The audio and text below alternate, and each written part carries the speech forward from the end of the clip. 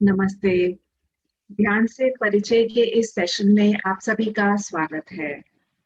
हमारा ये सेशन लगभग 1 घंटे का होगा, जिसमें मैं और मेधा आपके साथ ध्यान से जुड़े हुए कुछ विचार शेयर करेंगे और आपके साथ बांटेंगे। जैसे कि ध्यान क्या है, ध्यान के लाभ क्या है, ध्यान करने की कुछ तकनीकें, कुछ व्यायाम, और अंत में हम साथ में थोड़ी देर के लिए ध्यान का अभ्यास भी करेंगे। इन सभी विषयों पर या हमारी किसी भी बातचीत के संदर्भ में यदि आपको कोई भी प्रश्न हो तो आप उन्हें कृपया चैट बॉक्स में डालें, और सेशन समाप्ति के समय पर हम प्रयत्न करेंगे कि हम अधिक से अधिक प्रश्नों का उत्तर दे पाए। तो शुरू करने से पहले मैं आपको अपने बारे में, आनंद संघ के बारे में और हमारे गुरुओं की वंशावली के बारे में कुछ बताना चाहूंगी। तो मेरा नाम डॉली है और मैं आनंद संघ से 2004-2005 से जुड़ी हुई हूँ। लेकिन मेरी आध्यात्मिक यात्रा 2016 में आरंभ हुई, जब मैंने खुद को क्रिया योग की शिक्षा के लिए पहले चरण में मैंने आनंद संघ में खुद को रजिस्टर किया। और 2017 में मैंने क्रिया की दीक्षा ली, और तब से मैं इन तकनीकों को, क्रिया योग के अभ्यासों को निरंतर अपने जीवन में मैंने उतारा है और इनकी मैं प्रैक्टिस कर रही हूँ।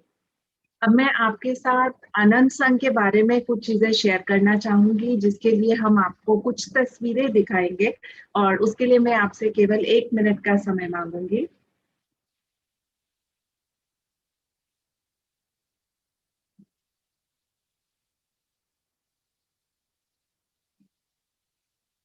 डॉली, आप स्क्रीन देख पा रहे हो?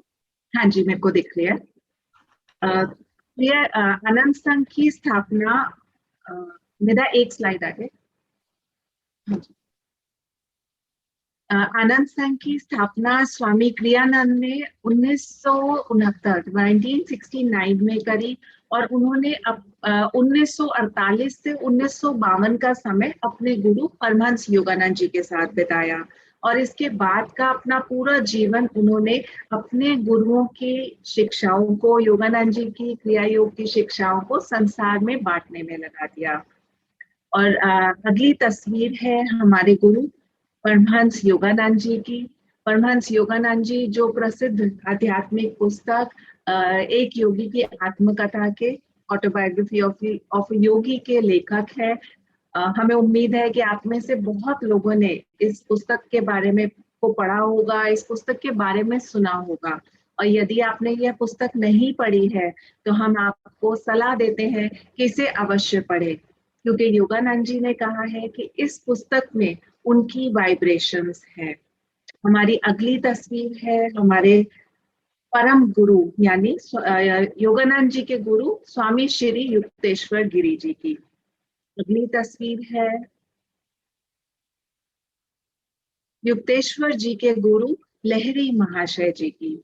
लहरी महाशय ने हम सभी की तरह एक सांसारिक जीवन जिया, और अपनी परिवार की जिम्मेदारियों को पूरा करने के लिए वह रेलवेज में अकाउंटेंट के पद पे नौकरी करते थे।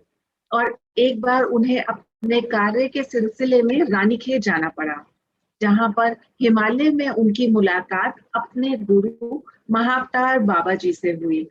और इसी मुलाकात के दौरान उन्होंने लहरी महाशय जी को क्रिया योग की दीक्षा दी, और साथ में एक जिम्मेदारी भी सौंपी कि लहरी महाशय जी को क्रिया योग को, जो कि उस समय तक लुप्त हो चुका था, उसे संसार में वापस ताजा करना है, उसे रिवाइव करना है।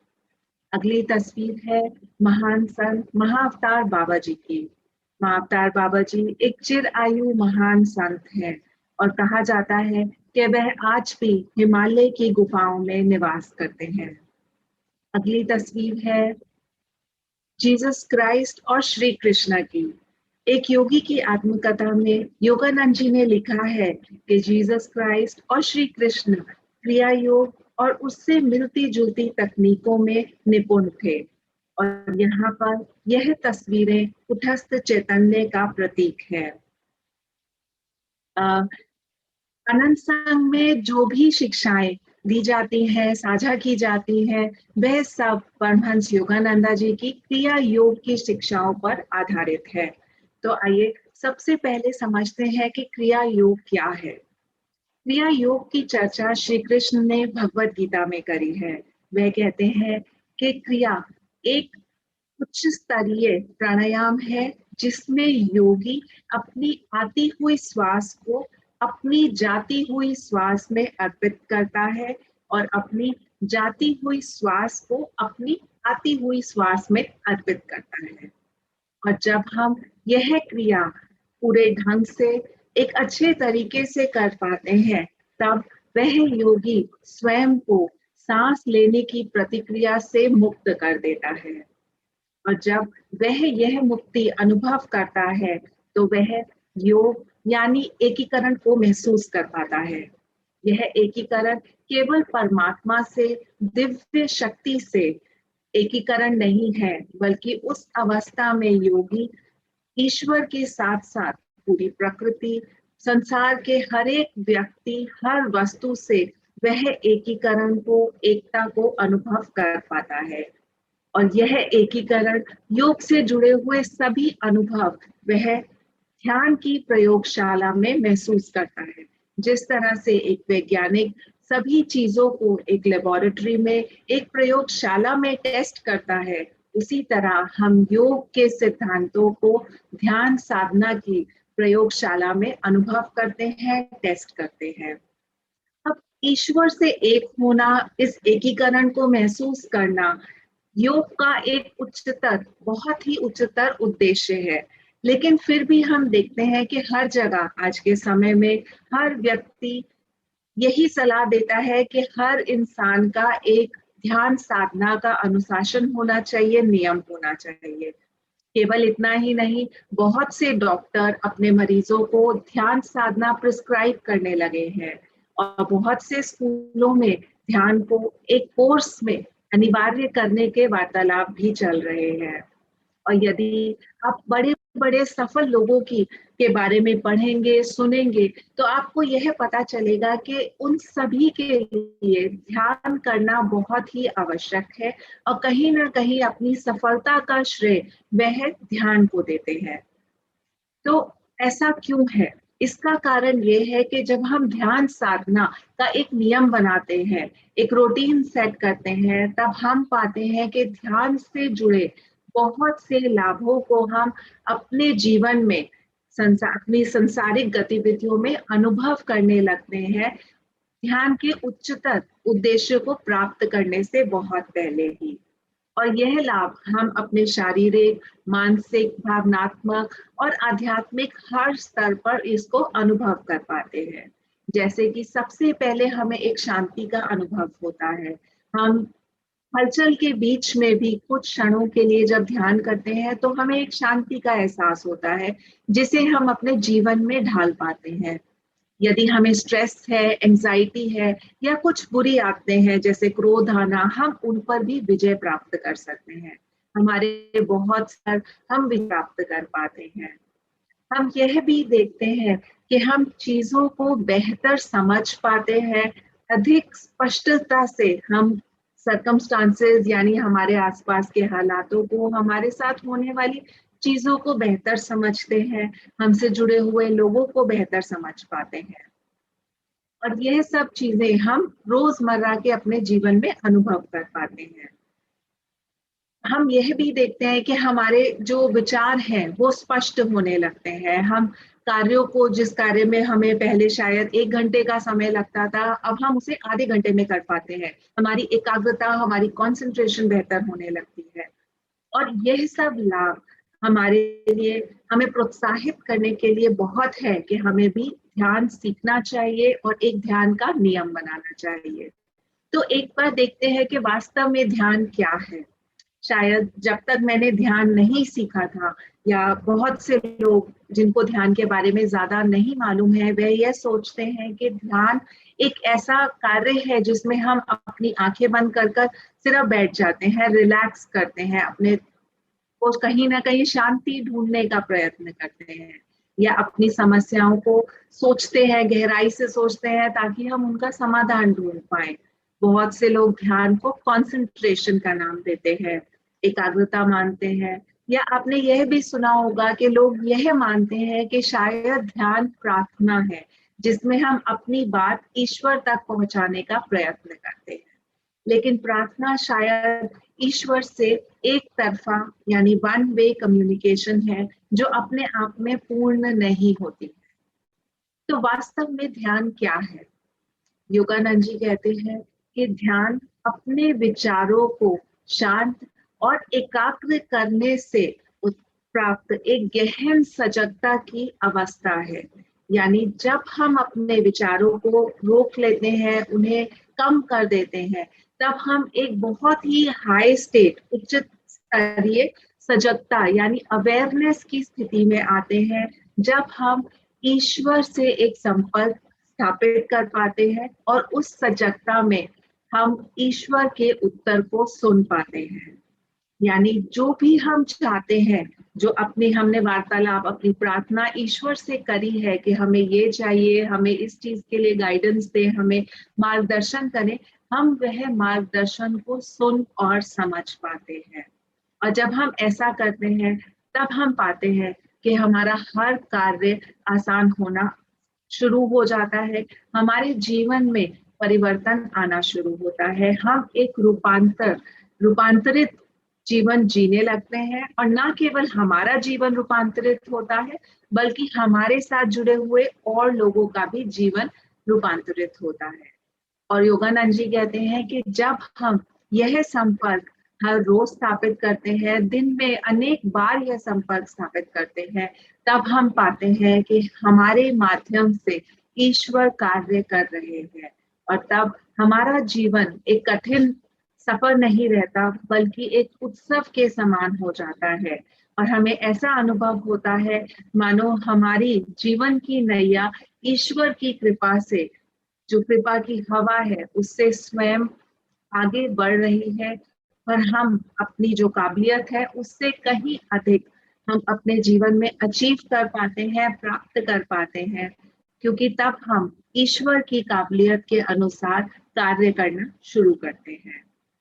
अब ईश्वर से यह संबंध स्थापित करना अगर हम देखें, तो शायद जिस चेतना की अवस्था में हम अपना रोजमर्रा का जीवन व्यतीत करते हैं, वह संभव नहीं होता। हमारे हर तरफ विचार होते हैं, बहुत से हमारे उथल पुथल चलती रहती है, हमारे जीवन में अनेकों चीजें एक समय पर चलती हैं, और हम चाह कर भी चाहें तो हम ध्यान में बहुत अधिक लंबे समय तक नहीं बैठ पाते हैं।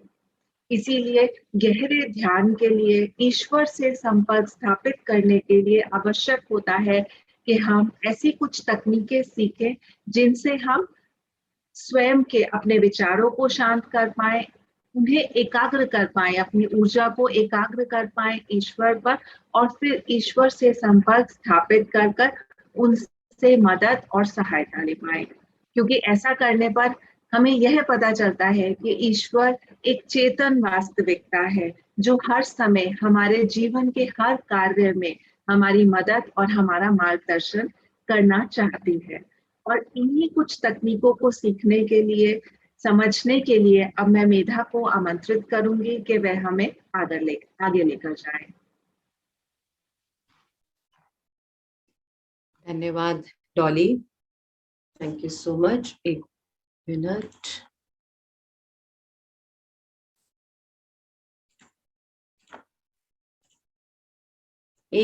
मैं सिर्फ व्यू ठीक कर रही हूँ। अब हम बात करेंगे ध्यान के दिशा निर्देश के बारे में, और जो तकनीकें इसमें हमें लाभदायक होती हैं ध्यान में गहराई में जाने के लिए, जो योगानंदा जी ने हमें बताई हैं, उन तकनीकों के बारे में भी हम बात करेंगे और कुछ तकनीकें हम सीखेंगे। ध्यान के में जाने के 3 चरण हैं। पहला है शिथिलता शरीर और मन की, फिर है एकाग्रता यानी कि कंसंट्रेशन और अंतर्मुखी होना, और तीसरा है विस्तारण यानी कि एक्सपेंशन। शरीर की और मन की शिथिलता। दोस्तों, आपने कभी देखा है कि ध्यान में कोई व्यक्ति जब बैठा होता है, वो एकदम स्थिर, एकदम शांत और स्थिर होता है। जब हमें ध्यान में गहराई में जाना होता है, उसके लिए बहुत जरूरी है कि हम शांत और स्थिर बैठें। और वो तभी हो सकता है जब हमारा मन और हमारा शरीर दोनों ही रिलैक्स्ड हैं, शिथिल हैं। बिल्कुल, आपने नोट किया होगा कि अगर हमारे शरीर के किसी भी भाग में कहीं भी कोई तकलीफ होती है, हमारा बार बार मन जो है उधर ही जाता है, हमारा ध्यान बार बार उसी भाग पे जाता है जहां पे कोई तकलीफ या दर्द होती है। बेशक हम छोटा सा छोटा कोई भी काम कर रहे हो, कोई काम हम कर ही नहीं पाते जब हमें शरीर में कहीं तकलीफ होती है। तो ध्यान में बैठना तो बहुत ही मुश्किल हो जाता है अगर हमारा शरीर स्वस्थ और शिथिल ना हो और मन भी शिथिल ना हो। शरीर को शिथिल करने के लिए जो हम सारे व्यायाम करते हैं, विभिन्न प्रकार के जो व्यायाम करते हैं, जैसे जॉगिंग है, वॉकिंग है, स्विमिंग करना, योगा करना, प्राणायाम करना या जिम करना, किसी भी तरीके का व्यायाम जो है हमारे शरीर को रिलैक्स करता है, हमारे शरीर में एक नई ऊर्जा लाता है, उसको स्वस्थ रखता है और उसको शिथिल करता है, रिलैक्स करता है।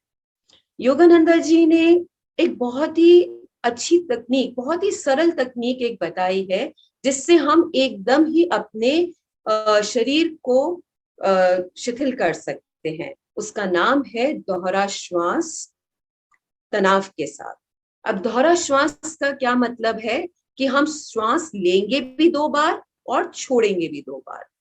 जब हम श्वास लेंगे तो छोटी श्वास के साथ एकदम लंबी श्वास लेंगे। पहले हम छोटी और तीव्र श्वास लेंगे और एकदम साथ ही लंबी और गहरी श्वास लेंगे। मैं पहले आपको श्वास लेके बताती हूँ कैसे करना है। अगर आप मुझे सुन पा रहे हैं तो पहले मैंने छोटी श्वास ली और फिर लंबी, और जब हम श्वास छोड़ेंगे वो भी पहले छोटी श्वास छोड़ेंगे और उसके साथ साथ ही लंबी श्वास को छोड़ेंगे, ऐसे। अब श्वास जो लेनी है वो हमने सिर्फ नाक से लेनी है, और जब श्वास छोड़ेंगे वो हम नाक और मुंह से छोड़ेंगे। अब इसके अंदर हम एक अपना फिजिकल एस्पेक्ट जोड़ेंगे। जब हम श्वास लेते हैं तो हम अपने पूरे शरीर को कसेंगे, और जब हम श्वास छोड़ेंगे हम पूरे शरीर को रिलैक्स करेंगे, शिथिल करेंगे। मैं एक बार आपको करके दिखाती हूँ और उसके बाद हम एक साथ इसका अभ्यास करेंगे। मैं दोबारा श्वास ले रही हूँ और मैंने पूरे शरीर को, पैर से लेके सिर तक, मैं पूरे शरीर को मैंने तनाव में रखा है। हाँ, दोहरा श्वास छोड़ते हुए मैंने अपने पूरे शरीर को रिलैक्स कर दिया। ठीक है, तो आइए हम शुरू करते हैं। और मैं एक बात आपको ये बताना चाहूंगी, चलिए पहले करते हैं। आप एक बिल्कुल थोड़ा जरा सीधा बैठे। अगर आप बेड पे, सोफे पे, जमीन पे कहीं भी बैठे हैं तो अपनी रीढ़ की हड्डी को सीधा रखें, बिल्कुल सीधा बैठे। और पहले हम दोहरा श्वास को प्रैक्टिस करेंगे। पहले श्वास लीजिए, दोहरा श्वास। पहले छोटा श्वास लेके लंबा श्वास सिर्फ नाक से, और दोहरा श्वास छोड़ेंगे नाक और मुंह से। ठीक है, सो अब हम अपने शरीर को भी कसेंगे। आइए दोहरा श्वास लें और पूरे शरीर को कसें, पूरे शरीर में कंपन लाएं। हाँ, दोहरा श्वास छोड़ते हुए शरीर को रिलैक्स करें। एक बार और,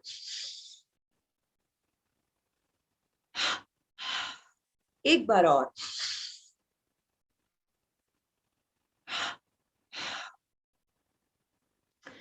अब आप रिलैक्स कर सकते हैं। जो हम शरीर की शिथिलता, रिलैक्स के बारे में बात कर रहे हैं, रिलैक्सेशन के बारे में, वो शिथिलता जो है सक्रिय होनी चाहिए, यानी कि हम एक्टिव होने चाहिए, हम रिलैक्स, एक तो रिलैक्सेशन, एक शिथिलता होती है कि जब हम लेटते हैं, सोने जाते हैं, बिल्कुल आलस में होते हैं ना, एक तो वो टाइप की रिलैक्सेशन होती है। लेकिन यहाँ पे हमें एक्टिव होना है, सक्रिय रहना है, शिथिल भी होना है और अवेयर भी होना है, जागरूक भी रहना है क्या हो रहा है।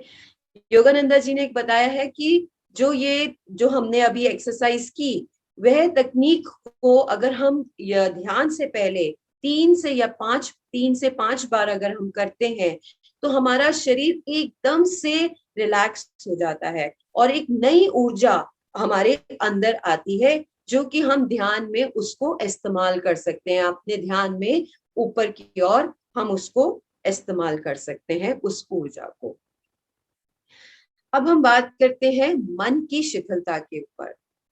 मन, हम सभी को पता है, बहुत चंचल है।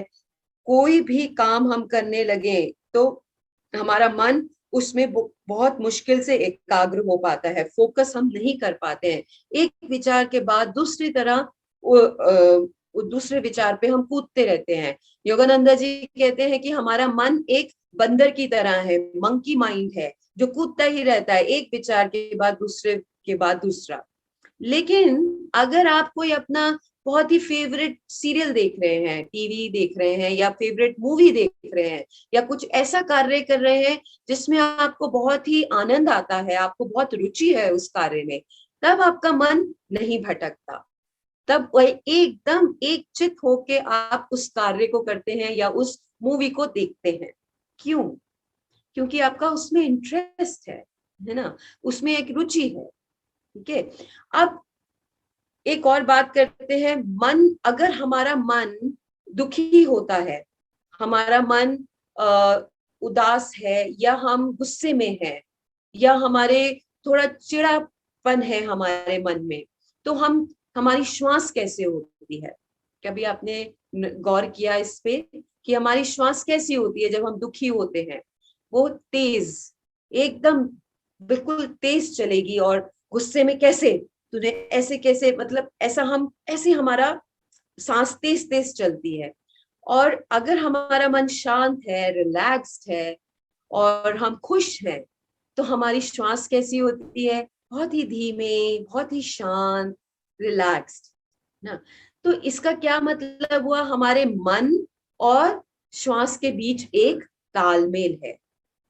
अगर हम मन को कंट्रोल कर लें तो हम अपनी श्वास को कंट्रोल कर पाते हैं। अगर हम अपने मन की जो व्यथा है, जो स्थिति है, अगर हम उसे कंट्रोल करते हैं तो हमारा श्वास भी उसी हिसाब से होता है। लेकिन मन को कंट्रोल करना बहुत मुश्किल है। इसीलिए योगानंदा जी ने एक तकनीक बताई जिससे, जो कि हम अपने श्वास को हम कंट्रोल कर पाए, और जिससे हमारा मन भी एक सीमित हो जाए, हमारा मन भी नियंत्रण में आ जाए। और उस तकनीक को कहते हैं सम श्वसन क्रिया, यानी कि इवन काउंट ब्रीदिंग। आप सब, बहुत लोग जानते होंगे नाड़ी शोधनम प्राणायाम के बारे में। वो नाड़ी शोधनम की तरह ही होता है, लेकिन हम उसमें हाथ का इस्तेमाल नहीं करते हैं, हम अपने नाक के नासिकाओं को बंद नहीं करते हैं, हम सिर्फ श्वास को लेते हैं, और श्वास लेना और रोकना और छोड़ना एक सेम गिनती पे होता है। तो हम इसका अभ्यास करेंगे आगे, लेकिन जब हम ध्यान साधना करेंगे। अब हम बात करते हैं श्वास लेने का सही तरीका क्या है।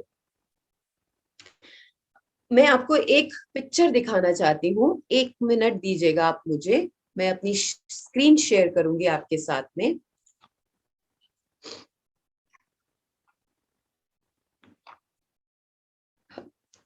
डॉली, आप देख पा रहे हैं स्क्रीन?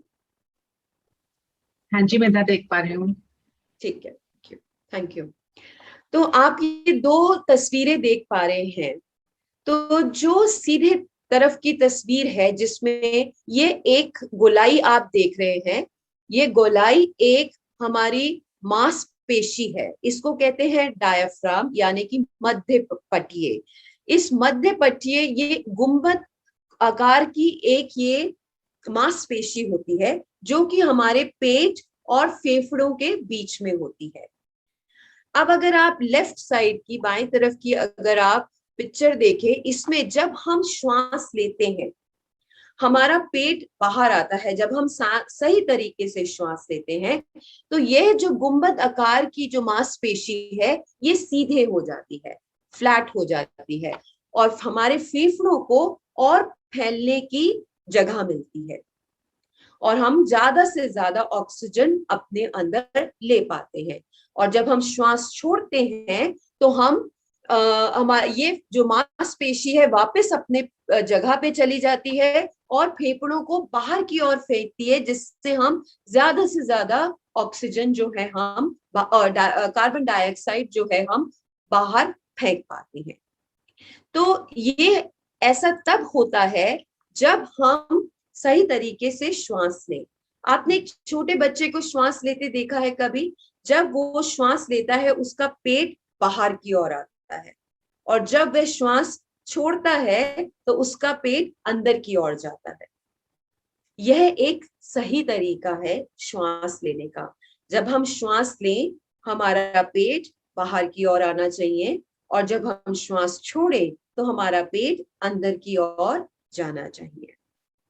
ठीक है, तो आप दिन में 3 से 5 बारी इस पे 3 से 5 बारी या जितनी बारी भी जब भी आपको ध्यान आए आप ध्यान देखें कि आप क्या श्वास आप ठीक तरीके से ले रहे हैं क्या। कई बार ऐसा होता है हम उल्टा श्वास ले रहे होते हैं। हम जब श्वास लेते हैं हमारा पेट अंदर जाता है। जब आप इस पे ध्यान देंगे तो आपको समझ में आएगा कि आप सही ले रहे हैं कि नहीं। और कई बार आप देखेंगे कि आप श्वास ले भी नहीं रहे होते हैं। कई बार हमने टेंशन के कारण किसी स्ट्रेस के कारण हमने श्वास को कहीं ना कहीं रोका होता है। ज्यादातर हम अपने पेट में श्वास को रोके हुए रखते हैं, लेकिन जब हम श्वास के ऊपर जब हम ध्यान देते हैं तो हमें पता चलता है। तो दिन में जितनी बार भी आपको याद आए एकदम से अपनी श्वास पे ध्यान लेके जाइए और देखें कि क्या आप उसका आप सही तरीके से श्वास ले रहे हैं कि नहीं। तो अब हम बात करते हैं दूसरे चरण के बारे में जो कि है एकाग्रता यानी कि कंसंट्रेशन। हमें हर चीज को करने के लिए कंसंट्रेशन एकाग्रता की आवश्यकता है। बेशक एक सुई में अगर हमें धागा डालना हो, बड़े से बड़े बिजनेस करना हो, बच्चों को पढ़ाई करनी हो, ओलंपिक्स में जो ये लोग सब भागते हैं, जो उसमें जो पार्ट लेते हैं, भाग लेते हैं, उनमें कितनी उनको एकाग्रता की आवश्यकता रहती है। हमें घर में सब्जी बनानी हो उसके लिए कितनी एकाग्रता की जरूरत होती है। अगर हमारा जरा सा ध्यान जाता है तो कई बार याद भी नहीं रहता इसमें नमक डाला था कि नहीं डाला था, चाय में चीनी डाली थी कि नहीं डाली थी। तो हर चीज को करने के लिए हमारे को एकाग्रता की आवश्यकता है और इसी तरह से हमारे को ध्यान में भी उस एकाग्रता की आवश्यकता है। एक वन पॉइंटेड फोकस की हमारे को जरूरत रहती है। जैसे कि अगर हम सुई में धागा डाल रहे हैं, अगर धागा पूरी तरह से आगे से बंद नहीं होता है, धागा के सारे 3-4 उसके भाग ऐसे अलग अलग हुए होते हैं, उस हम सुई में वो धागा नहीं डाल पाते, है ना। उसी तरह से अगर हमें उसको धागे को भी थोड़ा उसको बंद गीला करके उसको एक पॉइंट बनाना पड़ता है, तब वो सुई में जाता है, सुई के छेद में जाता है। इसी तरह से अगर हमें ध्यान में गहराई में जाना है तो हमें एक वन पॉइंटेड फोकस, एक हमें एकाग्रता की आवश्यकता रहती है। योगानंद ने एक बहुत अच्छी तकनीक बताई है एकाग्रता के लिए, उसको जिसमें हम श्वास के ऊपर ही उसको फोकस किया जाता है, लेकिन उसका नाम है होंगसॉ की एक टेक्निक है। लेकिन वो हम आपको जब अगर आप चूज करें कि आप ज्वाइन करेंगे क्लासेस की, हमारी आगे की क्लासेस को, तो आपको वो तकनीक उसमें समझाई जाएगी। अभी हम समय के कारण हम अभी आपको नहीं बता पाएंगे। तो जब हम एकाग्रता में जाते हैं, जब हम ऐसे वन पॉइंटेड फोकस करते हैं एक चीज के ऊपर में, तो हम अपनी उच्च चेतना के साथ, अपने ईश्वर के साथ हम जुड़ पाते हैं। वो जो पर्दा है, उस एकाग्रता के साथ हम वो पर्दे को हटा पाते हैं जो हमारे और हमारे ईश्वर के बीच में हमने डाल रखा है। अब आपने देखा कि हमने कितनी बात करी श्वास के ऊपर। हमने बात करी कि शरीर को शिथिल करने के लिए हम श्वास पे ध्यान दें, हम अपने श्वास को शिथिल करने के लिए श्वास पे ध्यान, अपने मन को शिथिल करने के लिए श्वास पे ध्यान दें, एकाग्रता के लिए भी अपनी श्वास पे ध्यान दें। ऐसा क्यों है? क्यों हम इतना, योगियों ने हमें बताया है कि श्वास, अपनी श्वास के ऊपर फोकस करना चाहिए, ध्यान देना चाहिए। क्यों? क्योंकि श्वास ही एक ऐसी चीज है जो कि हमारे अंदर, बाकी सारी चीजें, सारी इंद्रियाएं जो है हमारे बाहर है, हमें बाहर की ओर लेके जाती है, हमें दूसरी चीजें दिखाती है। लेकिन श्वास एक चीज है जो कि हमारे अंदर है, जो हमें अपना अंतर्मुखी करती है, इंटीरियराइज करती है, हमें अपनी उच्च आत्मा के साथ, हमारे परमात्मा के साथ, ईश्वर के साथ हमें जोड़ने में मदद करती है, उसके साथ हमारा कनेक्शन एक बनाती है। ये इसीलिए श्वास के ऊपर इतना फोकस किया गया है। हमारा एक हाथ नहीं होगा, एक पैर नहीं होगी, हम जिंदा होंगे। कई लोग तो एक फेफड़े के बिना रहते, एक किडनी के बिना रहते हैं, लेकिन फिर भी जिंदा रहते हैं। लेकिन अगर हमारी श्वास नहीं है तो हम जिंदा नहीं हैं। और ये एक महत्व है श्वास का, और श्वास ही हमें हमारे ईश्वर के साथ हमें जोड़ती है। अब हम आते हैं तीसरे और आखिरी चरण पे, जो कि है विस्तारण। विस्तारण ऐसी स्थिति है जहां हमारा एकीकरण होता है ईश्वर के साथ। एकाग्रता हमारे उस लेवल तक हमें लेके आती है। लेकिन विस्तारण में हम ईश्वर के साथ एक होते हैं, हम अपनी उच्च आत्मा के साथ, उच्च चेतना के साथ हम एक होते हैं। जब हम इस स्थिति में होते हैं, उसमें मैं, मेरा अहम भाव जो है वो बिल्कुल घुल जाता है, खत्म हो जाता है।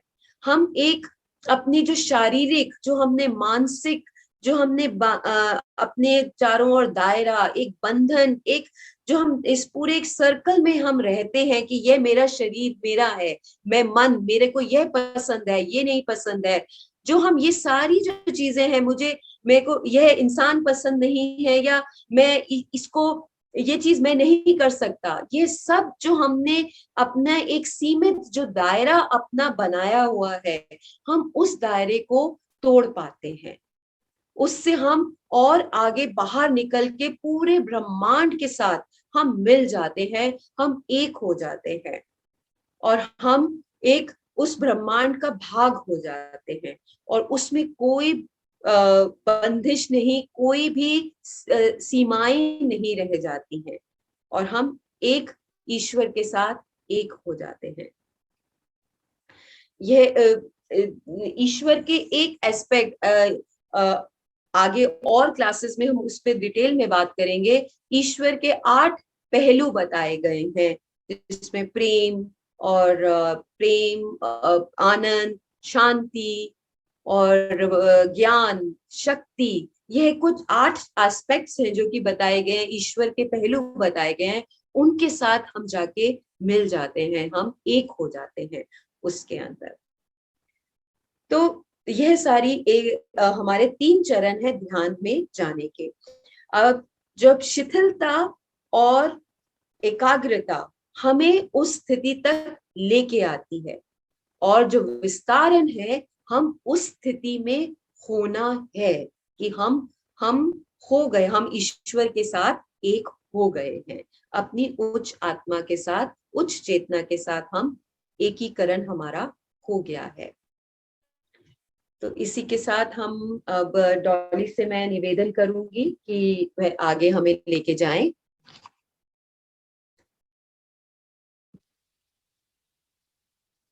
थैंक यू मेधा। अब हम आगे बढ़ते हैं। मैंने देखा कुछ एक आधे प्रश्न भी आए थे कि हम कैसे ध्यान साधना का एक रूटीन बना सकते हैं, कैसे उसकी आदत डाल सकते हैं। तो हम पहले इस बारे में बात करते हैं कि हमें ध्यान कब करना चाहिए, कैसे करना चाहिए, कैसे हम उस नियम में उसको अपने जीवन में ढाल सकते हैं। तो सबसे पहली जो चीज का हमें ध्यान रखना है कि हमें कभी भी भर पेट भोजन करने के बाद अगर ध्यान करना है तो हमें कम से कम 2-2.5 घंटे का फर्क रखना है, ताकि हमारा वह भोजन जो है हम उसे डाइजेस्ट कर ले और उसके बाद हम ध्यान के लिए बैठे। लेकिन यदि अगर हमने कोई बहुत हल्का फुल्का भोजन खाया है तो हम उसके बाद 10-15 मिनट बाद भी ध्यान के लिए बैठ सकते हैं। ध्यान का उचित समय क्या है? बहुत लोग ये मानते हैं कि हमें सुबह उठकर ध्यान करना है या हमें रात में ध्यान करना है। तो जरूर ऐसी कुछ चीजें हैं जो हम अपने ध्यान में ला सकते हैं, लेकिन शुरुआत में जब हम शुरू कर रहे हैं तो सबसे पहली चीज जो हमें ध्यान रखनी है वह यह है कि हमें एक निर्धारित समय पर ध्यान करना है। और यह समय हमारी अपनी सहूलियत के, जैसे कि यदि आप ऑफिस जाते हैं या आप अपने कार्य क्षेत्र में जाते हैं और आपको सुबह समय नहीं मिलता तो आप घर आकर ध्यान कर सकते हैं। यदि आपको ऐसा लगता है कि अर्ली मॉर्निंग का समय मेरे लिए बिल्कुल सही है तो आप सुबह के समय अपना ध्यान का नियम बनाएं। लेकिन हमें यह जरूर देखना है कि जब हम एक समय निर्धारित करते हैं तो हम रोज उसी समय पर ध्यान साधना के लिए बैठे। जैसे अगर आपने कहा मैं सुबह 5 बजे, 6 बजे, 7 बजे ध्यान करूंगा, तो आप उसी समय रोज ध्यान करें। क्योंकि यह भी एक, जैसे हमने देखा होगा कि अगर हम एक नियम बनाते हैं कि हम दिन में 1:30 बजे या 1 बजे भोजन करेंगे, तो 1 बजते ही स्वयं हमें भूख लग जाती है। हमारा शरीर हमें यह संदेश देता है, सिग्नल देता है कि हमारा लंच का समय हो गया है। उसी तरह जब हम एक ध्यान का नियम बना लेते हैं, एक समय निर्धारित कर लेते हैं, तो वह समय आने पर हमारे भीतर से स्वयं एक आवाज आती है कि अब हमारा ध्यान का समय हो गया है, और उस समय पर हमें ध्यान करने में आसानी होती है। अब शुरुआत में यह सभी जानते हैं कि ध्यान करना शायद एक बहुत ही हमारे लिए कठिन कार्य होता है, क्योंकि हम अपने विचार, मतलब हम, हमारा ईगो, हमारा अहम हमें उसके लिए रोकता है। तो उसके लिए आप यह कर सकते हैं कि आप जब भी बैठेंगे ध्यान के लिए, तो चाहे आपका समय कम हो, चाहे आप 5 मिनट ध्यान करें, 10 मिनट ध्यान करें, लेकिन निर्धारित समय पर बैठे जरूर। उससे आप ज्यादा बेहतर तरीके से ध्यान कर पाएंगे और थोड़े ही समय में आप गहरे ध्यान में पहुंच जाएंगे। योगानंद जी कहते हैं कि the less we meditate, the less we want to meditate, and the more we meditate, the more we want to meditate. तो जब हम जितना ज्यादा ध्यान का अभ्यास करेंगे, हमारी आत्मा उतना ही अधिक, हमारा सोल उतना ही अधिक मेडिटेट करना चाहेगा और हमारा नियम बनने लगेगा। लेकिन अनिवार्य ये है कि निर्धारित समय पर एक बार बैठे जरूर। और यदि आप दिन में 2 बार ध्यान का नियम बना सकते हैं तो वह बहुत ही जल्दी आप पाएंगे कि आप प्रगति कर पा रहे हैं अध्यात्म के मार्ग पर। आपका ध्यान बहुत जल्दी गहरा होना शुरू हो जाएगा। और अभी जब हम ध्यान साधना साथ में अभ्यास करेंगे उसका, तो आप एक रूटीन कि आपको पहले क्या करना है, उसके बाद क्या करना है, फिर क्या करना है, वह आपको समझ में आएगा और वह आपको अधिक समय तक के लिए बिठा भी पाएगा ध्यान में। अब लंबे समय तक ध्यान में बैठने के लिए सबसे ज्यादा जरूरी होता है कि हमारा आसन सुखद हो। क्योंकि अगर हम एक सुखद आसन में नहीं बैठते हैं तो शायद 2-3 मिनट बाद ही कभी हमारे पैरों में दर्द होने लगता है, कभी घुटनों में दर्द होने लगता है, हमारे पैर सो जाते हैं। इसलिए एक उचित आसन का बहुत अधिक महत्व है। और अब हम एक बारी ये कुछ उचित आसन देखेंगे कि किन आसनों में बैठने से हम लंबे ध्यान को की आदत बना पाते हैं। तो जैसा कि आपने देखा होगा कि बहुत बार हमारे योगी हम देखते हैं कि वो जमीन पर बैठकर ध्यान करते हैं। पर ये, और लेकिन हमारे आजकल के हमारे जो लाइफस्टाइल है, हमारे जितनी हम इनफ्लेक्सिबल हैं, शायद जमीन पे बैठना संभव नहीं होता। तो ऐसे में आप यदि कुर्सी पर बैठकर ध्यान करना चाहें तो वह भी बिल्कुल सही है, उसमें कुछ गलत नहीं है कि आपको जमीन पर ही बैठना है। तो सबसे पहले हम कुर्सी पर बैठने का आसन देखेंगे। तो जैसे आप देख रहे हैं कि मेधा ने एक चेयर ली है और वह चेयर पर बैठी है, तो सबसे पहली चीज जो आपको ध्यान रखनी है वह है कि आपको कुर्सी की कमर, बैक से जो कुर्सी की पीठ है उसके साथ अपनी पीठ को जोड़कर नहीं बैठना है। आपकी पीठ, आपकी हमारी पीठ में और कुर्सी की बैक में फर्क होना चाहिए, जैसे मेधा के आपको आप देख रहे हैं। अब जब हम इस स्थिति में बैठेंगे तो हमारा मेरुदंड यानी हमारी स्पाइन बिल्कुल सीधी होनी चाहिए, झुकी हुई नहीं होनी चाहिए, पीछे टेक नहीं लगाएंगे। जो एक नेचुरल कर्व है हमारी स्पाइन का, हमें वो मेंटेन करना है, उसमें बैठना है। अगली चीज है कि जो हमारे घुटने हैं, हमारी जांघें हैं और घुटनों के बीच में 90 डिग्रीज का एंगल बनना चाहिए। जैसे कि अभी आप देख रहे हैं कि जब मेधा ने रखे हैं पैर, तो शायद उनके पैर कुर्सी से थोड़े छोटे हैं और वो जमीन पर उन्हें नहीं टेक पा रही हैं और 90 डिग्री का एंगल भी नहीं बन रहा है। तो इसे ठीक करने के लिए आप अपने पैरों के नीचे, यदि आपकी हाइट कम है तो और कुर्सी की हाइट ज्यादा है, तो आप इस तरह से पैरों के नीचे आप एक कुशन या तकिया गद्दी रख सकते हैं और इससे आपके पैर जो हैं वो जमीन पर फ्लैट रहेंगे, ऐसे हवा में ऊंचे नहीं रहने चाहिए, वह फ्लैट रहने चाहिए। और यदि आपके टांगे लंबी हैं और आप देखते हैं कि आपके घुटने ज्यादा ऊपर हो रहे हैं, तो आप इसी तरह एक गद्दी का प्रयोग अपने नीचे कर सकते हैं। इस तरह आप उस कुशन पे बैठ सकते हैं ताकि आपके लिए फिर से वह 90 डिग्री का एंगल आपके घुटनों में बन सके। अब जब हम ध्यान के लिए बैठते हैं तो अक्सर हम देखते हैं कि कुछ देर में हमारी पीठ दुख जाती है और हम झुक जाते हैं। अब जो हमारी मेरुदंड है, हमारा सुषुम्ना है, उसे हाईवे कहा गया है, वहीं से हम ऊर्जा को निर्धारित कर रहे हैं, उसे ऊपर की ओर दिशा दे रहे हैं। तो आप एक कुशन को अपने हिप्स के नीचे रखकर भी बैठ सकते हैं और उससे आपकी कमर स्वयं सीधी हो जाएगी। नीचे इस तरह से अगर आप बैठेंगे तो आप देखेंगे कि आपका मेरुदंड सीधा है। और यदि आप देखें, जो कुशन मेधा ने पैरों के नीचे रखा है क्रिसेंट शेप, मून शेप का, वह आप उसे अगर अपने नीचे रखते हैं, बैठने के लिए प्रयोग करते हैं, तो यह आपको मदद करता है अपने मेरुदंड को सीधा रखने के लिए। और यदि आपको कोई बैक का प्रॉब्लम है, आप ज्यादा नहीं बैठ सकते, तो आप एक कुशन अपनी पीठ और कुर्सी की पीठ के बीच में लगा सकते हैं, जिससे कि आपको एक सहारा मिल जाएगा और आपकी पीठ दुखेगी नहीं। तो इससे हम मेरुदंड सीधा रखते हैं। अगली चीज है कि हमें अपने हाथों को कैसे रखना है। तो जो हमारे हाथ हैं वह हमारे हथेलियां ऊपर की ओर होनी चाहिए और हमारे पेट और जांघों के संधि स्थल पर हमें उन्हें रखना है। और इसका इस तरह से हमें उन्हें रखना है और इसका उद्देश्य या इसका पर्पस ये है कि इस तरह से हम देखते हैं कि हमारा हृदय, हमारा सीना खुला हुआ रहता है, हम ईश्वर की कृपा को प्राप्त करने के लिए, रिसीव करने के लिए तैयार रहते हैं, और यही हमारी खुली हुई हथेलियों का भी उद्देश्य है। अगली चीज जो हमें ध्यान रखनी है वह यह है कि हमारी ठुड्डी, हमारी जो चिन है, वह जमीन से समांतर होनी चाहिए। अक्सर आपने देखा होगा कि ध्यान करते हुए या तो हम ऐसे ऊपर की ओर देखने लगते हैं या हम नीचे की ओर, हमारी गर्दन हो जाती है, लेकिन हमें अपनी ठुड्डी को जमीन से समांतर रखना है। जब हम ध्यान करते हैं तो हम परम चेतना से, दिव्यता से एक संबंध बनाने का प्रयत्न कर रहे हैं और उसके लिए हमें अपने आध्यात्मिक नेत्र पर ध्यान को केंद्रित रखना है। और इसके लिए हमारे गुरुओं ने एक हमें शॉर्टकट टिप दिया है कि कैसे हम परम चेतना से संपर्क स्थापित कर सकते हैं।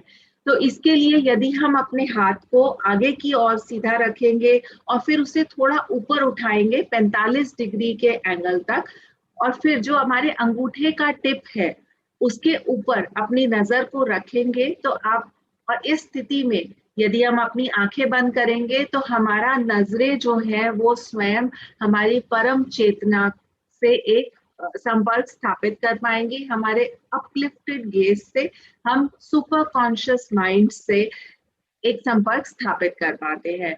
तो आप पूरे ध्यान के दौरान ये चीज ध्यान रखें कि हमें इस लेवल पर अपनी बंद आंखों के पीछे अपने गेज को मेंटेन रखना है।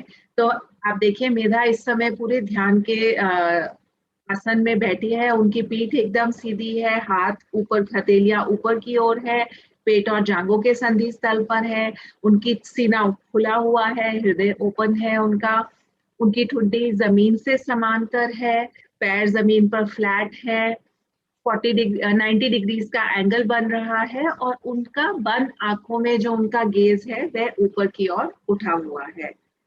अब एक चीज और जो हमने देखी होगी कि अधिकतर हमारे योगी जो है वह एक आसन के ऊपर अपना ध्यान करते हैं, और इस आसन की आवश्यकता इसलिए होती है क्योंकि जब हम ध्यान के लिए बैठते हैं तो पृथ्वी में बहुत सी ऐसी शक्तियां होती हैं जो हमारी ऊर्जा को नीचे की ओर खींचती हैं, और ध्यान में हम ऊर्जा को ऊपर की ओर लेकर जा रहे हैं, तो हमें इसीलिए एक इंसुलेशन की आवश्यकता होती है। तो आप ऐसे कोई भी सिल्क का या ऊनी कपड़ा ले सकते हैं, कोई शॉल ले सकते हैं, और उसको इस तरह अपनी कुर्सी पर बिछाएं कि वह आपके पैरों के नीचे पर भी आए, ताकि आपका कोई भी हिस्सा जमीन से टच ना करे। तो इस तरह आप उस आसन को ले सकते हैं। अब यह आसन थोड़ा छोटा है तो हम एक तरह से दिखा रहे हैं, लेकिन आप आसन इतना बड़ा लें कि वह आप कुर्सी की पीठ से होता हुआ पूरा नीचे फर्श तक, आपके पैरों के नीचे तक वह आए, और इस तरह से आप कुर्सी के ऊपर बैठकर ध्यान का आसन लगा सकते हैं। अब हम अगले आसन की ओर बढ़ते हैं, जो कि एक जमीन पर बैठने का आसन है।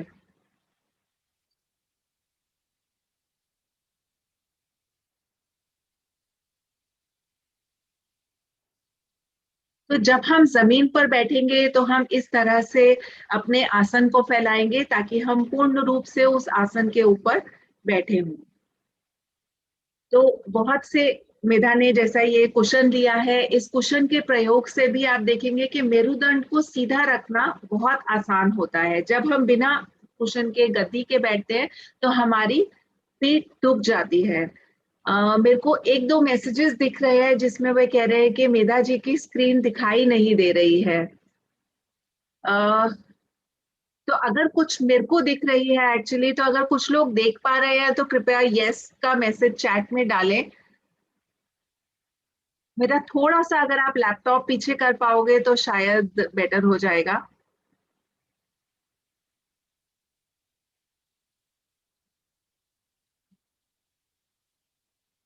ठीक है, तो शायद कुछ लोग देख पा रहे हैं, कुछ नहीं देख पा रहे हैं, मगर हम इस रिकॉर्डिंग को आपके साथ, सबके साथ शेयर करेंगे, और मैं आशा करती हूँ कि उस रिकॉर्डिंग में आप देख पाएंगे। ठीक है, आई थिंक काफी सारे यस मिले हैं मेरे को, तो हम आगे बढ़ते हैं। तो अगर हम बिना गद्दी के बैठते हैं, एक बार सब, सॉरी मेधा, एक्चुअली काफी लोगों का नो भी आ रहा है पर मैं देख पा रही हूँ। ठीक है, हम वीडियो शेयर करेंगे, काफी लोगों ने लिखा है। तो अभी जैसे आप देख रहे हैं कि मेधा बैठे हैं, तो कुछ देर बाद उनकी कमर दुख जाएगी और वह अपना मेरुदंड को सीधा नहीं रख पाएंगे। तो इसके लिए आप, जैसा ये कुशन पीछे उन्होंने रखा है, या जो भी कुशन आप यूज करना चाहें, उसे अपने नीचे रखें और उसके कोने पर बैठे। तो आप देखिए एकदम कैसे मेधा की स्पाइन में आप एक डिफरेंस देख सकते हैं कि वह सीधा बैठ रहे हैं। अब जब हम जमीन पर बैठते हैं तो दो तीन तरह के आसन हैं जिनमें हम बैठ सकते हैं। तो यदि आप और कोई आसन, वैसे सबसे ज्यादा जो कहा जाता है वह है कि हम पद्मासन में बैठे, जिस तरह इस समय मेधा बैठी है, लेकिन बहुत से लोगों के लिए यह संभव नहीं होता है। तो हम सुख आसन में, यानी आलती पालती मारकर भी बैठ सकते हैं नॉर्मल इस तरह से, या हम अर्ध पद्मासन में भी बैठ सकते हैं, यानी केवल एक पैर को ऊपर रखकर। तो जो आपको सहूलियत हो, जिसमें आप आसानी से लंबे समय तक बैठ पाए, वह आप आसन इस्तेमाल करें। अब जमीन पर बैठते समय आप देखेंगे कि बहुत बार हमारे घुटनों में और जमीन में फर्क होता है, और इस वजह से हमारे घुटने दुखने लगते हैं, हमारे पैर सो जाते हैं। तो आप सहूलियत के लिए जितने भी आपको कंफर्टेबल लगे, जितने भी आप चाहें, इस तरह से कुशंस को अपने घुटनों के नीचे रखें, ताकि आपके पैर दुखे ना, आपके घुटने ना दुखे, और आप बहुत आराम से लंबे समय तक ध्यान में बैठ पाए। तो आप एक कुशन अपने हिप्स के नीचे रखें, अपने मेरुदंड को सीधा रखने के लिए, कुछ अपने घुटनों के नीचे रखें और सेम जैसे पहले बताया, मेरुदंड सीधा, हमारी हथेलियां ऊपर, पेट और जांघों के संधि स्थल पर, हमारा सीना उठा हुआ, हमारी ठुड्डी जमीन से समांतर, हमारे और बंद आंखों में हमारी नजरें ऊपर की ओर उठी हुई। तो इस तरह से आप जमीन पर बैठ सकते हैं। अब एक और तरीका जो हमारा बैठने का होता है वह है मेडिटेशन बेंच के साथ में। आपने अक्सर देखा होगा कि लोग वज्र आसन में बैठकर साधना करते हैं, लेकिन वज्र आसन में बैठने से हमारे पैरों पर बहुत अधिक जोर पड़ता है और फिर हम लंबे समय तक नहीं बैठ पाते हैं। तो आप इस तरह एक कुशन का मेडिटेशन बेंच का प्रयोग कर सकते हैं, जिससे कि आप देखेंगे कि आपके पैरों पर पे वजन नहीं आता है, और वह वजन, क्योंकि हम एक बेंच पर बैठे हैं, तो वह उस पर रहता है। और आप इस तरह बैठ सकते हैं, वही सारी चीजें ध्यान रखकर कि हमारा मेरुदंड सीधा है, हथेलियां ऊपर की ओर है, सीना उठा हुआ, चिन हमारी जमीन से पैरेलल है और बंद आंखों में हमारी नजरें ऊपर की ओर उठी हुई। तो आप इनमें से जो भी आसन आपको सुखद लगे, आप उस आसन में बैठकर अपना ध्यान का अभ्यास करें। और अब इसके साथ मैं मेधा से प्रार्थना करूंगी कि वह हमें एक ध्यान साधना में लेकर जाए और कुछ व्यायाम जो हमें वो सिखाएं, जिससे कि हम बेहतर ध्यान कर सकते हैं।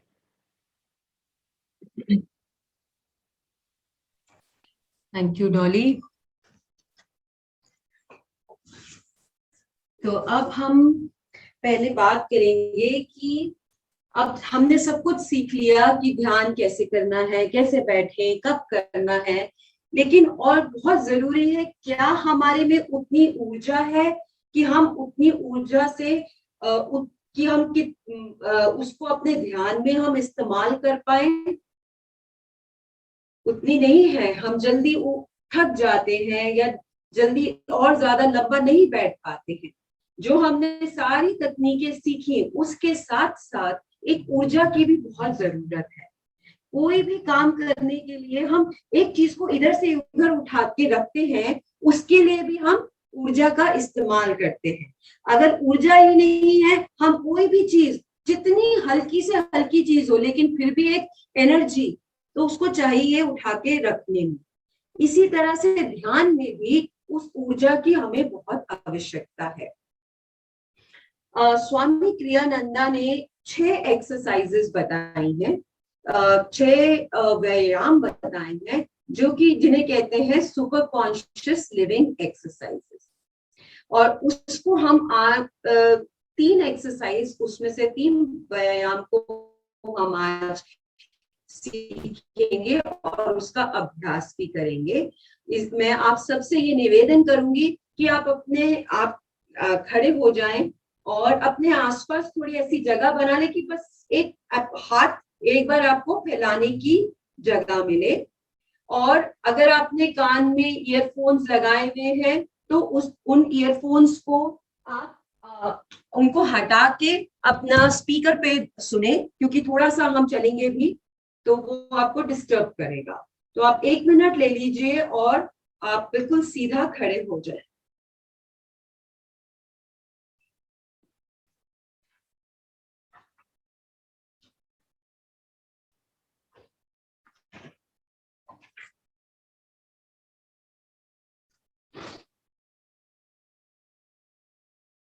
तो मैं आशा करती हूँ आप लोगों ने अपने लिए जगह बनाई होगी और आप सीधा खड़े होंगे। अब आंखें बंद करें और आंखें बंद करके इस समय आपकी अपनी ऊर्जा को एक मूल्यांकन दें, 0 से लेके 10 तक की गिनती के बीच में। 0 का मतलब है कि आप में बिल्कुल ऊर्जा नहीं है, आप अभी सोने के लिए तैयार है, बस ये क्यों हमें खड़ा करा दिया, मैं खड़ा भी नहीं हो सकता, मतलब 0 मायने बिल्कुल ही ऊर्जा नहीं है। और 10 महीने की मैं बहुत एनर्जेटिक हूँ, बिल्कुल भरा हुआ हूँ ऊर्जा से, मेरे में बहुत ऊर्जा है। आंखें बंद करके अपने आप को, अपनी ऊर्जा को एक मूल्यांकन दीजिए। और अपने तक ही रखिएगा उसे।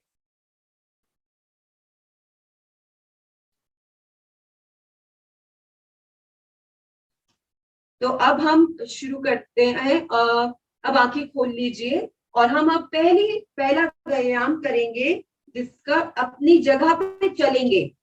अपनी जगह पे अपने जांघों को जितना ऊपर उठा सके ऊपर उठाएं, हाथों को आगे पीछे करें, स्विंग करें और जोर से बोले, मैं सचेत हूं, मैं तैयार हूं, मैं सचेत हूं, मैं तैयार हूं, मैं सचेत हूं, मैं तैयार हूं। जोर से पूरी ऊर्जा के साथ अपनी टांगों को ऊपर उठाएं, मैं सचेत हूं, मैं तैयार हूं। अब दूसरी एक्सरसाइज करेंगे। मैं आशावादी हूं, मैं चुस्त हूं, मैं उत्सुक हूं।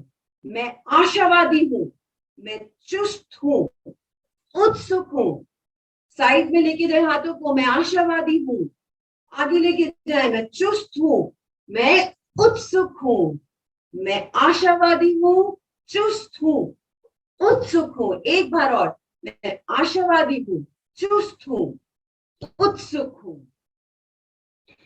अब हम तीसरी एक्सरसाइज करेंगे। अपने मुट्ठी हाथों के, एक हाथ की मुट्ठी बना के और दूसरे हाथ पे ठकठकाएंगे छाती तक, ऐसे, और बोलेंगे, मैं अपने शरीर का मालिक हूं, मैं अपना मालिक हूं। मैं अपने शरीर का मालिक हूं, मैं अपना मालिक हूं। मैं अपने शरीर का मालिक हूं, मैं अपना मालिक हूं।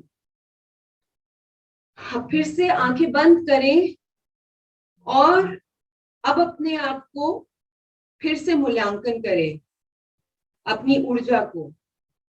क्या आपकी ऊर्जा थोड़ी बढ़ी? क्या वो नंबर बढ़ा? अपने तक ही रखें।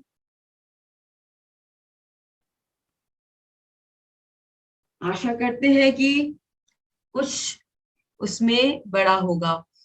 अब हम ध्यान साधना करेंगे। उसके लिए मैं आपसे निवेदन करती हूँ कि आप अपनी जगह ले लें। जैसे कि डॉली ने हम बताया, हमने दिखाया कि क्या क्या तरीके हैं बैठने के। आप उस हिसाब से अपने आसन को ग्रहण कर ले, बेशक जमीन पे कुशन के साथ में, कुर्सी के ऊपर में, जैसे भी है, आपको जहां सहूलियत हो आप अपना आसन ग्रहण करें। हम बस, मुझे भी 2 मिनट दीजिएगा, मैं अपना नीचे इसको सेट कर लेती हूँ। 1 मिनट।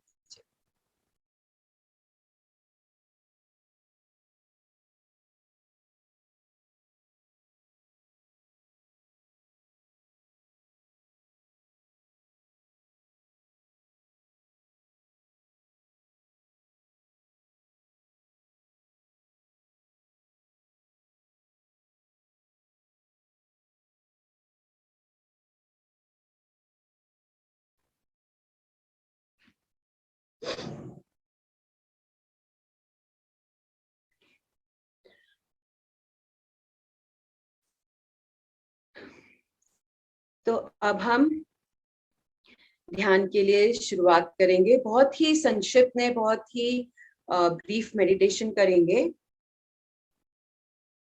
आंखें बंद करेंगे सब, और जिस भी गुरु, जिस भी इष्ट को आप मानते हो, किसी भी भगवान को, जिसको भी आप मानते हो, उनका ध्यान करें।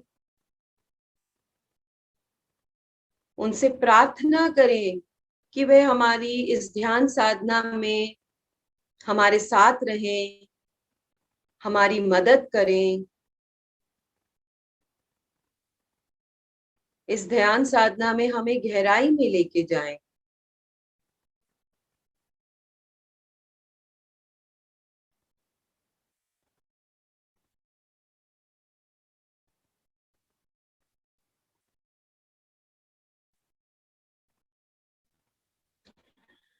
और अब अपने आसन पे ध्यान दें। देखें कि आपकी हथेलियां जांघों और पेट के संधि पे रखी हैं। मेरुदंड बिल्कुल सीधा है। कुर्सी के बैक से आपका मेरुदंड, आपकी रीढ़ की हड्डी पीछे है। छाती खुली हुई है। ठोड़ी जमीन से समांतर और आंखें बंद। बंद आंखों के पीछे पुतलियां थोड़ी ऊपर की ओर देखती हुई हैं। हम 1-2 राउंड सम श्वसन क्रिया का करेंगे। श्वास लें,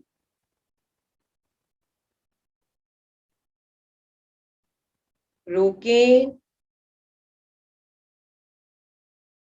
छोड़ दें। श्वास लें, रोकें, छोड़ दें।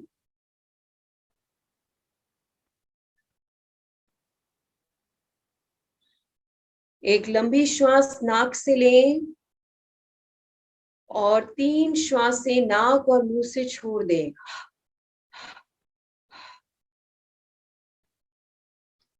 अब अपने ध्यान को अपने पैरों पे लाएं। देखें कि कैसे आपके पैर महसूस करें।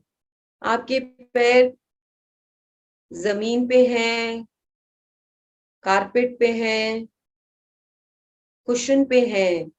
आपको कैसा लग रहा है?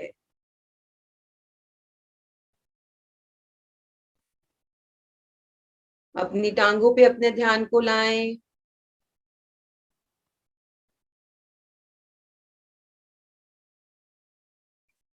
अपनी जांघों पे अपने ध्यान को लाएं।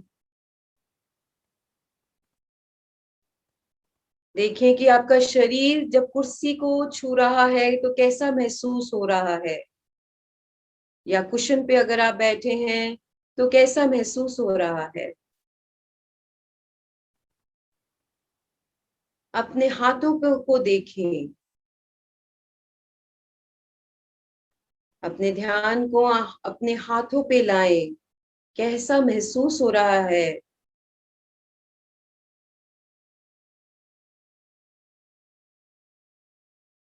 अब अपने ध्यान को अपनी छाती पे लाएं। बिल्कुल सीधी है आपकी छाती। आपकी रीढ़ की हड्डी बिल्कुल सीधी है। छाती खुली हुई है। अब अपने ध्यान को अपनी गर्दन पे लाएं। कैसे गर्दन आपकी बिल्कुल सीधी है।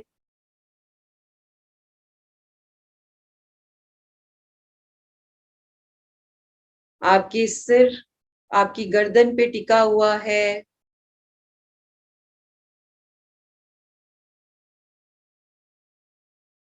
अब अपने चेहरे पे अपना ध्यान लाएं।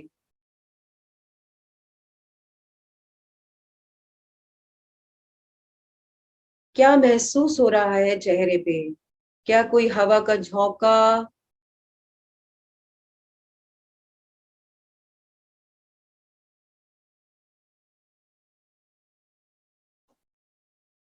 अब अपने ध्यान को अपनी नासिका पे लेके आए और नासिका में श्वास के आने और जाने को देखें। श्वास कैसे अपनी गति से आ रही है, अपनी गति से जा रही है। केवल एक दर्शक की तरह उसको देखें।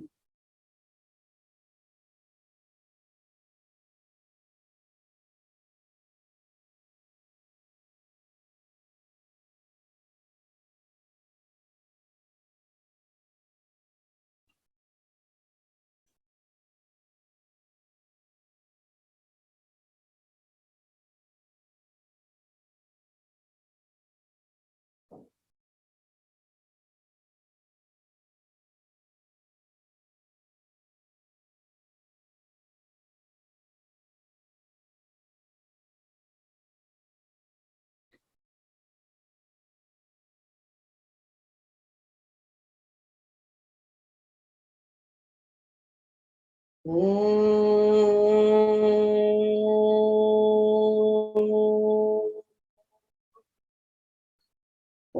शांति शांति शांति। समय के अभाव के कारण हमने बहुत छोटा ही ध्यान साधना करा, बट आशा करते हैं कि जिस मनोस्थिति से आप आए होंगे, आपने कुछ उसमें आपने डिफरेंस महसूस किया होगा। आप अभी कुछ नई तकनीकों को सीखा होगा जिसमें आपको कुछ फायदा लगे होगा कि ये आपके लिए लाभदायक हो सकती है।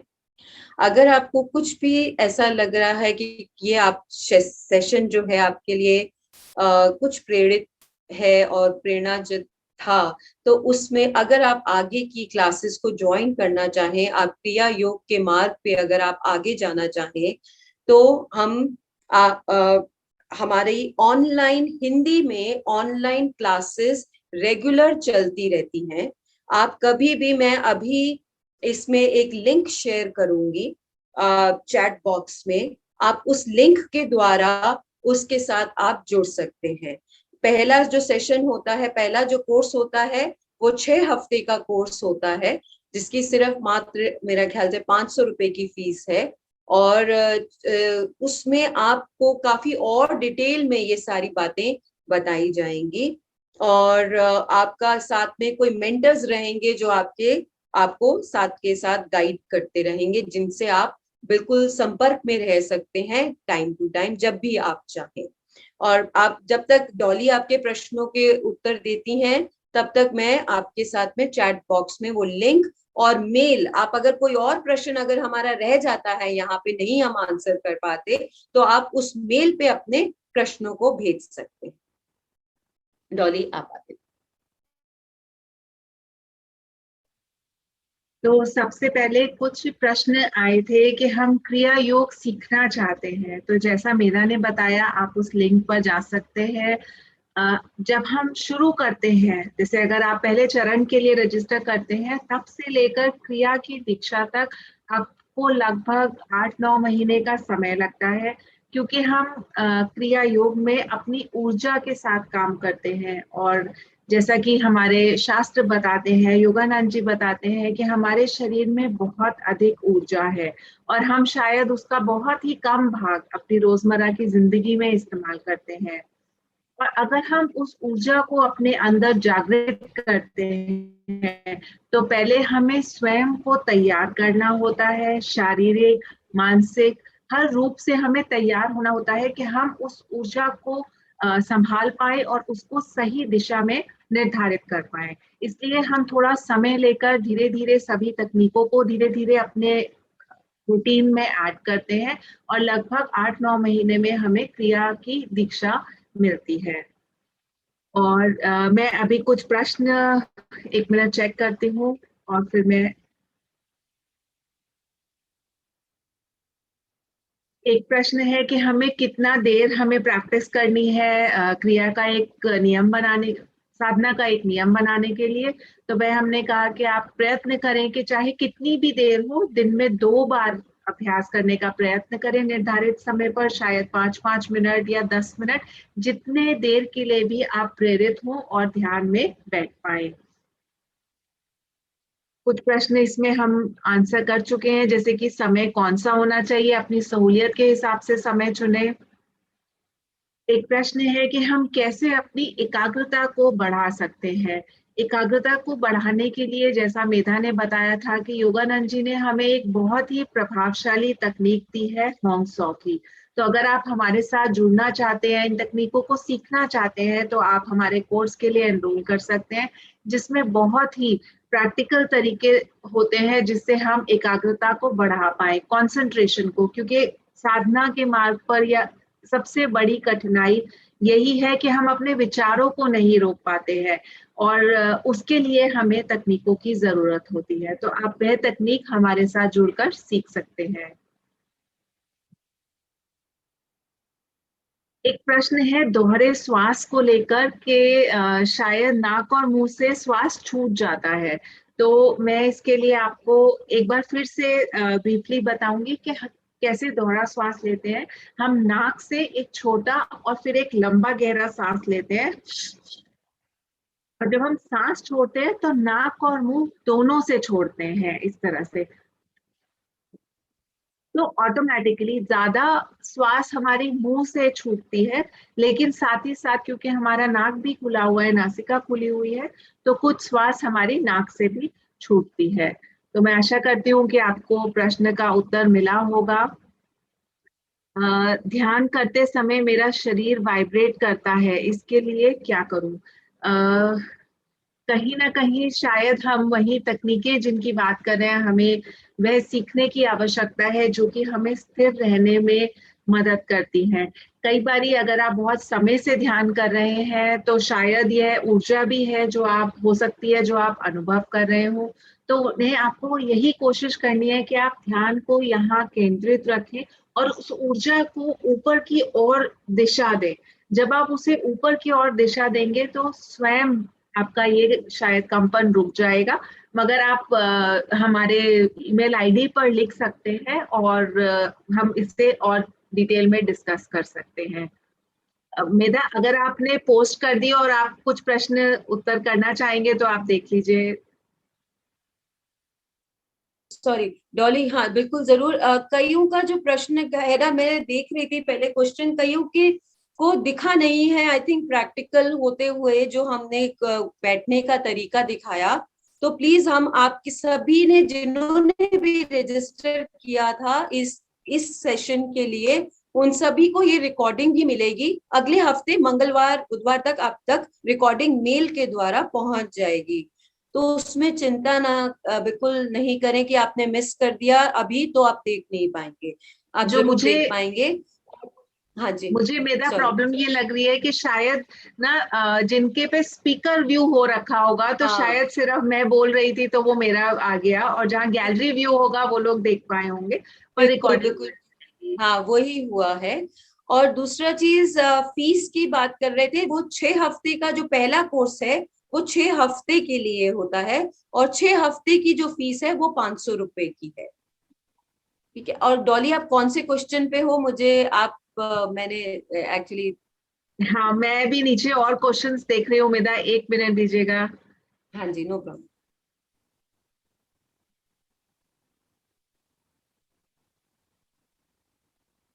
अच्छा, एक प्रश्न है कि ध्यान किसका करना है?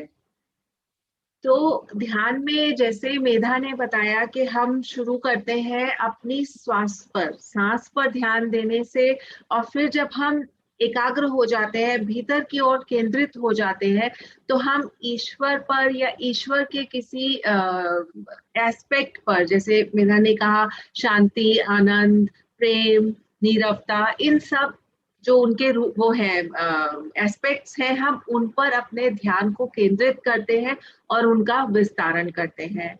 तो जैसे कि एक सेशन में इतना सब कवर करना बहुत ही कठिन है, तो हम आपसे निवेदन करेंगे कि यदि आपको आप प्रेरित महसूस करते हैं और आपको इंटरेस्ट है तो आप हमारे साथ जरूर एनरोल करें, ध्यान साधना सीखें।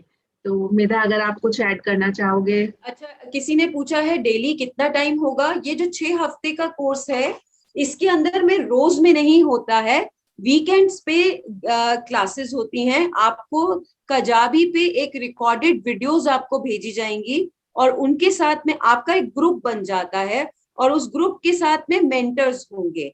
तो वो मेंटर जो है, 1 या 2 मेंटर होंगे, उनके साथ आप, कोई परेशानी है या वीकेंड्स के ऊपर में वो आपके साथ में क्लास लेंगे, तो इस तरह से होगा। इसके बारे में हम डिटेल आपको बाद में भी बता सकते हैं। साधना प्रतिदिन कोर्स करने पर कितने ही होगी, रोज नहीं होगी, सिर्फ वीकेंड पे सैटरडे या संडे को होगी। श्वास लेते या छोड़ते समय श्वास लेते समय पेट बाहर की ओर आएगा, और छोड़ते समय पेट अंदर की ओर जाना चाहिए। एक प्रश्न है कि जो तकनीकें हमने इस सेशन में सीखी हैं क्या वह बहुत नहीं है?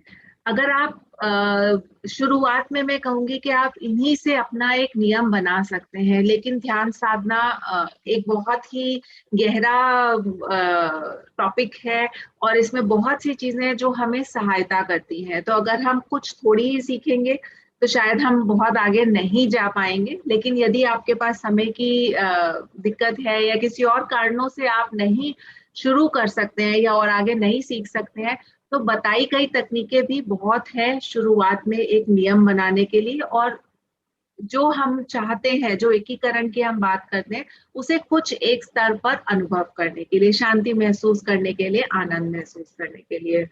योगानंदा जी ने बताया है कि अगर 5 मिनट भी अगर हम रोज ध्यान करते हैं सुबह शाम, अगर उतना भी बहुत होता है ध्यान ना करने से। डेफिनेटली हमें अपनी तकनीकों को बढ़ाना चाहिए, अपने और गहराई में जाना चाहिए, ताकि ज्यादा से ज्यादा देर तक हम बैठ पाए। लेकिन अगर हम 5 मिनट से शुरू करेंगे तो अपने आप ही आप महसूस करेंगे, आप चाहेंगे कि हम और ज्यादा टाइम के लिए बैठ पाए। तो जरूर करिए, जितना कर सकते हैं उतना जरूर करिए। एक प्रश्न है कि अगर ध्यान करते समय नींद आ जाए तो क्या करें? तो ये एक बहुत बड़ी समस्या होती है। इसके लिए हमने एक थोड़ा सा इस सेशन में इंक्लूड किया था कि हमारी चेतना के स्तर होते हैं, जैसे कि हमारा एक अवचेतन स्तर है, एक चेतन मन है और एक परम चेतना है जो कि सुपर कॉन्शियसनेस है। तो जब हम कभी आंखें बंद करते हैं तो हम ऑटोमेटिकली सब कॉन्शियस में चले जाते हैं। निद्रा का हमारा एक वो सिग्नल होता है कि अब आंखें बंद करने से अब हम सोने की तैयारी कर रहे हैं। तो नींद आने पर आपको यह ध्यान रखना है कि आपको अपने गेज को, अपनी नजरों को, बंद आंखों में ही अपनी पुतलियों को ऊपर की ओर रखना है, क्योंकि जब हमारा गेज अपलिफ्टेड होता है तो ऑटोमेटिकली नींद नहीं आती है और हम परम चेतना से एक संपर्क में रहते हैं। तो इसका अभ्यास करिए, धीरे धीरे ये इम्प्रूव हो जाएगा। कुछ लोगों ने मैसेज किया है कि उन्होंने ऑलरेडी रजिस्टर कर लिया है, so very thank you for that. And ये आपने एकदम से पहला स्टेप आपने लिया, ये सबसे बहुत बड़ी उपलब्धि है सभी के लिए। धन्यवाद उसके लिए। आई थिंक बाकी जो प्रश्न रह गए हैं, अगर किसी का उत्तर नहीं हम दे पाए हैं तो आप प्लीज ईमेल आईडी पर लिखिए और हम आपका उत्तर जरूर देंगे। एक प्रश्न है, बच्चे बहुत परेशान करते हैं, उनसे कैसे बचे? नहीं, बच्चों से बचना नहीं है, शायद ये एक बहुत बड़ी डिटेल डिस्कशन हो जाएगी, तो इसका उत्तर शायद ये सही समय नहीं है देने के लिए। आई थिंक मेधा, इसके साथ हम ये सेशन समाप्त करते हैं। हाँ जी बिल्कुल। तो आप सब हमारे साथ जुड़े, उसका बहुत बहुत धन्यवाद। Thank you. Thank you so much.